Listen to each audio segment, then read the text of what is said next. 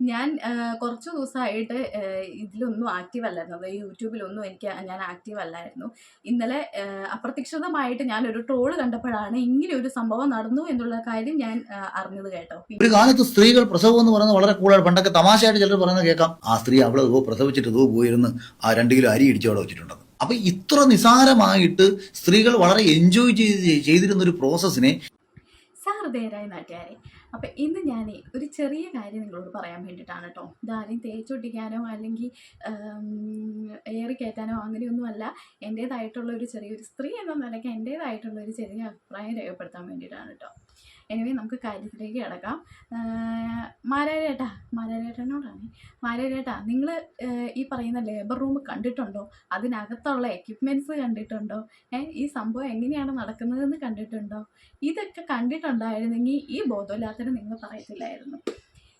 ഞാൻ ആദ്യമേ പറയുകയാണ്, ഞാൻ പറയുന്നതിൽ എന്തെങ്കിലും ബുദ്ധിമുട്ട് ആർക്കെങ്കിലും നേരിടുന്നുണ്ടെങ്കിൽ പുരുഷന്മാരോടാണ്. സ്ത്രീകൾക്ക് എന്തായാലും ആ ബുദ്ധിമുട്ട് നേരിടില്ല. കാരണം അവർ അനുഭവിച്ചിട്ടുള്ള കാര്യമാണ്. ഇനി കുറച്ച് പേർക്കാണെങ്കിലും അനുഭവിക്കാൻ പോകുന്ന കാര്യങ്ങളാണ്. ഓക്കെ. സ്ത്രീകൾ എൻജോയ് ചെയ്തിരുന്ന പ്രവർത്തനമാണ്, അല്ലെങ്കിൽ പ്രൊസീജിയർ ആയിരുന്നു, ഇപ്പോഴും ചെയ്തുകൊണ്ടിരിക്കുന്ന പ്രൊസീജിയർ ആണെന്നാണല്ലോ മാരാരേട്ടൻ പറഞ്ഞത്. എന്താണ് ഈ എൻജോയ് ചെയ്ത് ചെയ്യുന്ന ഈ പ്രവർത്തനം? ഈ വേദന തിന്നുന്നതോ അല്ലെങ്കിൽ വേദനിച്ച് പ്രസവിക്കുന്നതോ? അതിപ്പോൾ നോർമൽ ആണെങ്കിലും ശരി, സിസേറിയൻ ആണെങ്കിലും ശരി, രണ്ടിനും വേദന ഒരേപോലെ തന്നെയാണ്. മറ്റത് സിസേറിയൻ ആണെങ്കിൽ നമ്മൾ ചെയ്ത് കഴിഞ്ഞതിന് ശേഷം കുറേ അനുഭവിക്കേണ്ടി വരും. ഇത് ചെയ്യുന്നതിനോടൊപ്പം തന്നെ അനുഭവിക്കേണ്ടി വരും. ഇതാണ് ഈ എൻജോയ് ചെയ്ത് ചെയ്യുന്ന പ്രവർത്തനം എന്ന് പറയുന്നത്.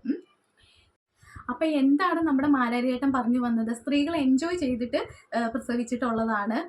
ഇന്ന് അതിനെ വളച്ചൊടിച്ച് വളരെ ബുദ്ധിമുട്ടുള്ള കാര്യമാക്കി എല്ലാവരും പേടിപ്പിക്കുന്ന തരത്തിൽ എന്തോ മാറാ രോഗമാണെന്ന് എല്ലാവരും പറഞ്ഞ് ഭീതിപ്പെടുത്തുകയാണ്. പണ്ടുള്ളവർ നെല്ല് കുത്തിക്കൊണ്ടിരുന്ന് കഴിഞ്ഞപ്പോൾ പ്രസവ വേദന വന്നു, അത് കഴിഞ്ഞിട്ട് പിന്നെ പോയി നെല്ല് കുത്തി.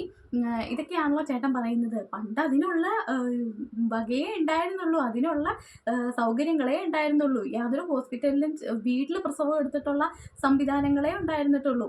പിന്നെ അന്നേരത്തെ ഭക്ഷണമൊക്കെ ആ രീതിക്കുള്ളതായിരുന്നു. വിഷാംശമില്ലാത്ത ഭക്ഷണമായിരുന്നു. ആർക്കും തന്നെ ആരോഗ്യകരമായിട്ടുള്ള പ്രശ്നങ്ങളോ ബുദ്ധിമുട്ടുകളോ അങ്ങനെയൊന്നും ഉണ്ടായിരുന്നില്ല. പക്ഷെ അന്നത്തെ സ്ഥിതികളല്ല ഇന്നത്തെ സ്ഥിതി എന്ന് പറഞ്ഞാൽ. ലോകം മാറിയതൊന്നും നമ്മുടെ മാരാരിയേട്ടൻ അറിഞ്ഞിട്ടില്ല. ഇന്നത്തെ PCOD യും തൈറോയിഡും ഒക്കെ കൊണ്ടിട്ട് ഇന്നത്തെ സ്ത്രീകൾ ഗർഭിണിയാകുക അല്ലെങ്കിൽ ഒരു കുഞ്ഞുണ്ടാവുക എന്ന് പറയുന്നത് തന്നെ ദൈവം തരുന്ന പുണ്യമായിട്ടാണ് ഞാൻ കാണുന്നത്.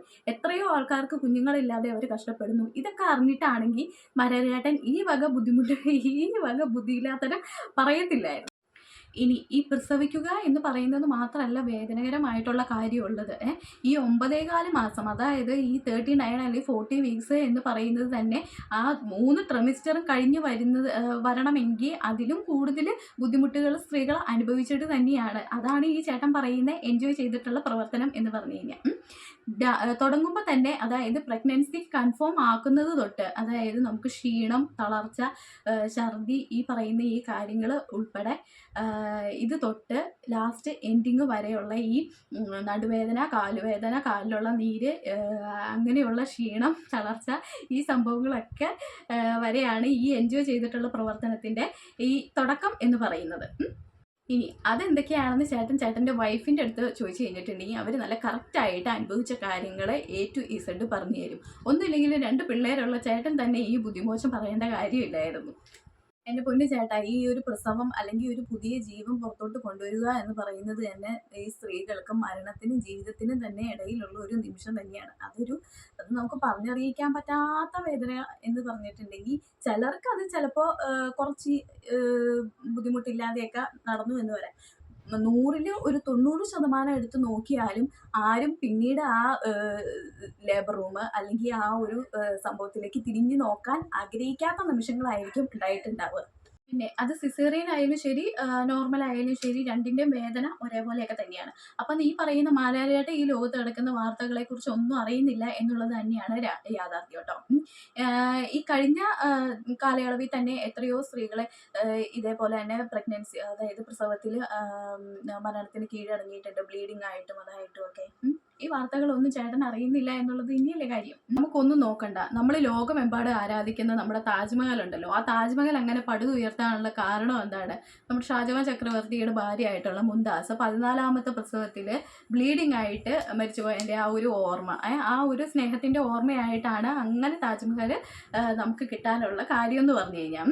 അതെങ്കിലും ഓർത്തിട്ട് നമ്മുടെ ചേട്ടന് ഇതൊന്നും വേണ്ടായിരുന്നു. സ്ത്രീകളോട് ബഹുമാനം ഇല്ലെങ്കിലും വേണ്ടില്ലായിരുന്നു, ഇതേപോലെ അപമാനിക്കരുതായിരുന്നു. എൻ്റെ ഡെലിവറി കഴിഞ്ഞിട്ട് ഇതിപ്പോൾ 3 മാസം ആവാൻ പോവാം. ഇതുവരെയായിട്ടും എനിക്ക് എൻ്റെ ശാരീരിക ബുദ്ധിമുട്ടുകളൊന്നും തന്നെ മാറിയിട്ടില്ല കേട്ടോ. ഇതേപോലെയുള്ള മനോഭാവമുള്ള ആണുങ്ങളൊക്കെ തന്നെയാണ് ഈ സ്ത്രീ പീഡന വിരുദ്ധന്മാരും അല്ലെങ്കിൽ ഇതേപോലെയുള്ള ആൾക്കാരൊക്കെ ഉടലെടുക്കുന്നത്.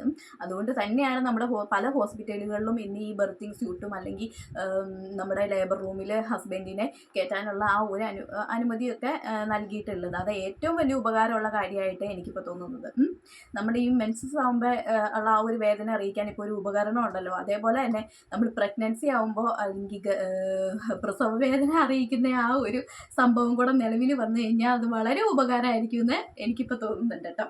എന്താണ് നിങ്ങളുടെ അഭിപ്രായം? ഒന്ന് പറയണം കേട്ടോ. ഈ പറയുന്ന കാര്യം കേട്ടിട്ട് ഞാൻ ഫെമിനിസ്റ്റ് ആണെന്നൊന്നും ആരും പറഞ്ഞു കളഞ്ഞേക്കല്ലേ. എനിക്കും ഒരു ഭർത്താവും ഒരു കുഞ്ഞും ഉണ്ടേ. അമ്മച്ചേ, ആ മാരാരേട്ടൻ പറഞ്ഞ കാര്യത്തോട് യോജിക്കണ്ടോ? അല്ല, പറഞ്ഞില്ലേ സ്ത്രീകൾ വളരെ എൻജോയ് ചെയ്തിട്ടാണ് പ്രസവിക്കണേന്നൊക്കെ പറഞ്ഞില്ലേ?